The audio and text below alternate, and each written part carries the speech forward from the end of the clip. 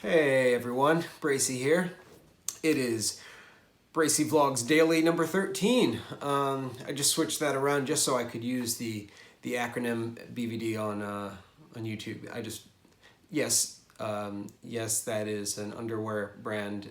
No, most people don't know that, but no, I don't really care. So I am currently working on a kind of like a group game version of Qpvr. I'm calling it Qport after the mechanism, but I'm going to actually be playtesting it tomorrow for the first time. Maybe I'll get some footage of that, and if I do, maybe I will share that with you, or maybe Sunday, Monday, one of those guys. But yeah, I've been toiling away. It's been great. This time that I've had to myself, I've really gotten into the habit of sitting down and writing out my concepts a little bit more, fleshing it out a little, so I can go in more with an attack of like, all right, what do I want here. What I typically did was I knew not exactly, but I knew what I was going for, and I used that motivation to move into just working, and I would work through most of the problems. But yeah, the more you can kind of work out, rub out. I don't know what that is. That's cleaning up, like clean. Anyway, the more you can kind of get out of the way beforehand, outline, the better, because it gives you clearer tasks to be like, all right, these are the stages. This is what needs to get done. I don't need to muddle around too much. And so yeah, that's what I've been doing. Starbucks, unfortunately, has really become the place that I like to write. I like to get stuff out, whether that's on my laptop or even just on a pen and paper, pen and notebook. It's just become a place that I really like to zone out, kind of talk to myself publicly, which is kind of fun because people don't care, because I usually go with Lumo, and more people are like, why is that thing standing on its own?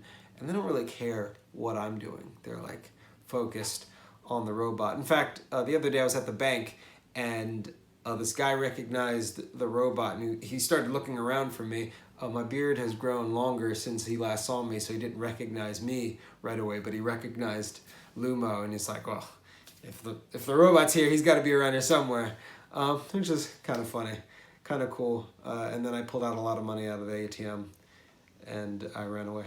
So anyway, that's what I've been working on. This new gamified version called Qport, and I'm really interested in seeing how people react to the transitioning. It's going to be a great way to play test the mechanic a little bit and start to see if this is something that's as sticky, the mechanic, and just being able to do this with a group, if it's as sticky as I think it is.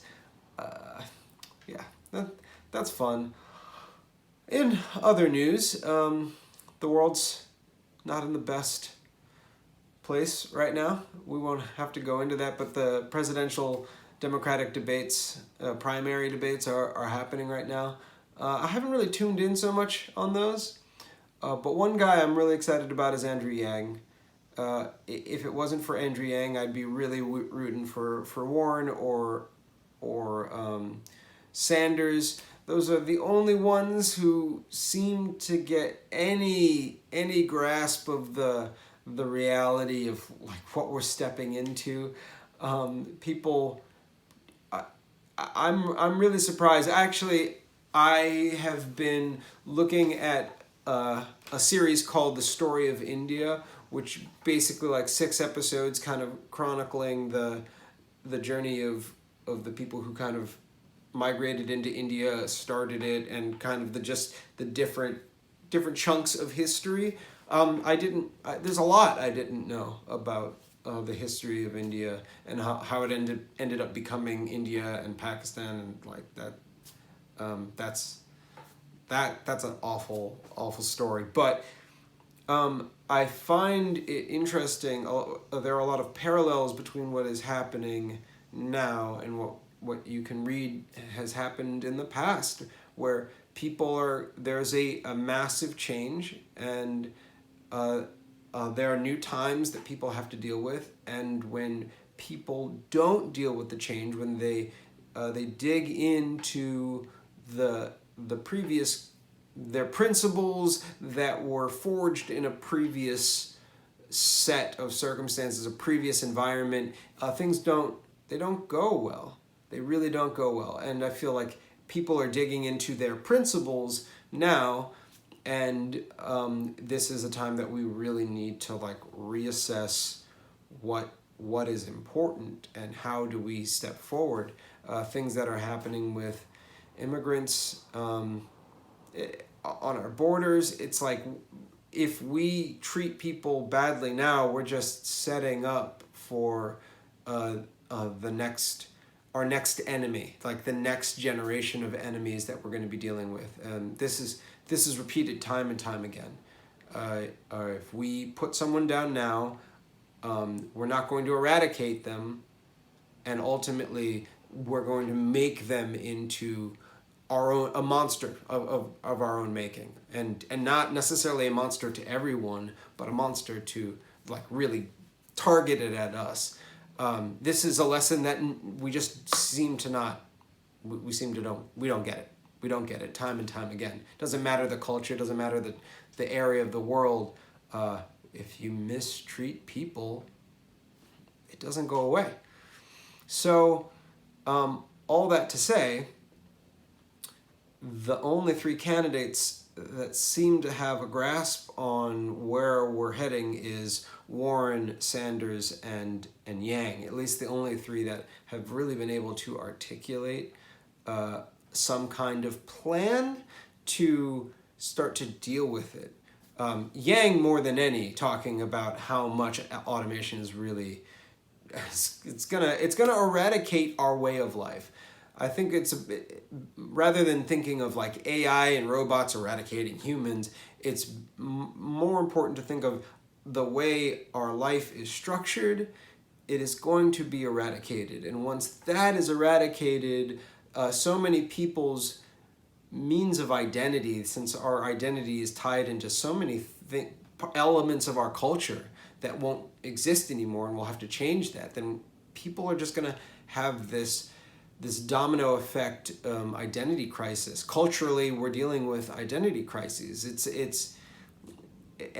really crazy. There's a lot going on, and there's a lot for people to deal with. But we need to be able to learn more and talk about this stuff more. And what instead we're talking about is stupid stuff. Like we're talking about things that are entertaining.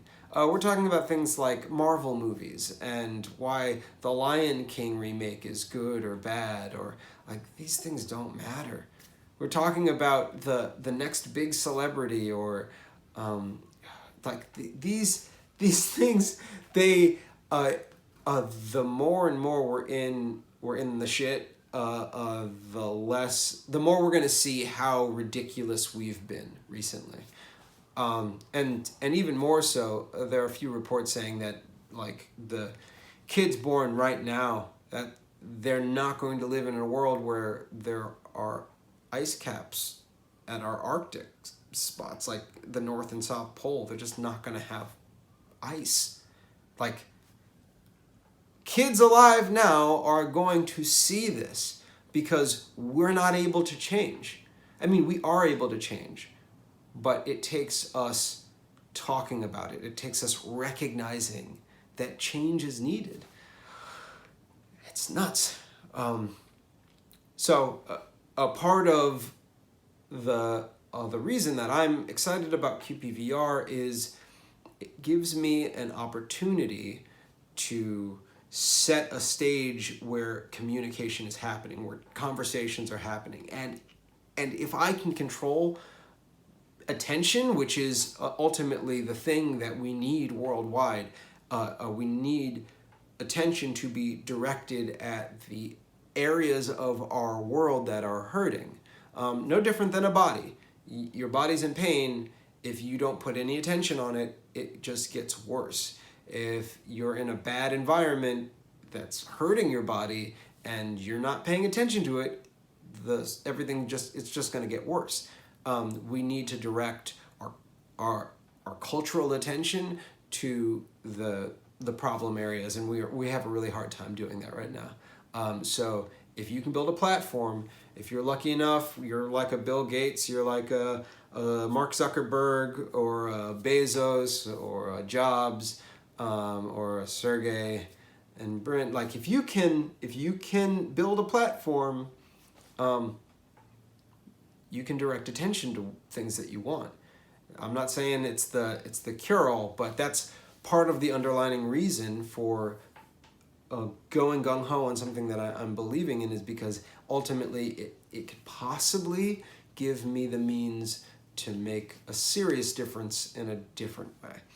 So that's enough for my talking today. Thanks for listening, and we'll see each other. We need a good closing. We need something, we need a namaste-ish kind of way of saying it's not goodbye, it's see you later. I know Jake Roper, I'm sorry, but it's so good.